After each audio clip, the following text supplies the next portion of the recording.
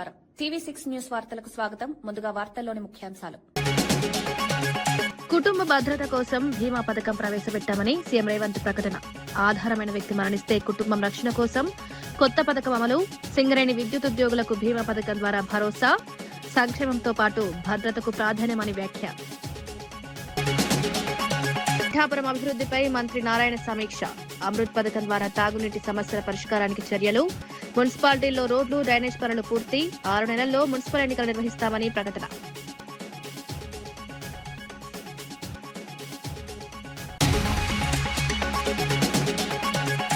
బీసీలకు 42% రిజర్వేషన్ కు కాంగ్రెస్ కట్టుబడి ఉందన్న మహేష్ గౌడ్. బీసీ చట్టాలను కేంద్రం ఆకట్టుకుంటోందని విమర్శలు.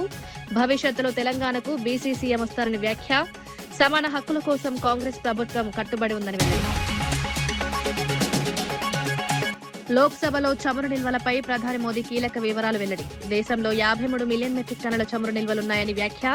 ఇంధన భద్రత కోసం ముందస్తు చర్యలు తీసుకుంటామని స్పష్టం. ఎలక్ట్రిక్ వాహనాలు, ఇథనాల్ బ్లెండింగ్ కు ప్రాధాన్యమిస్తున్నామన్న మోదీ. డ్రగ్స్ నియంత్రణలో ప్రభుత్వం విఫలమైందన్న అమర్నాథ్ తీవ్ర విమర్శలు.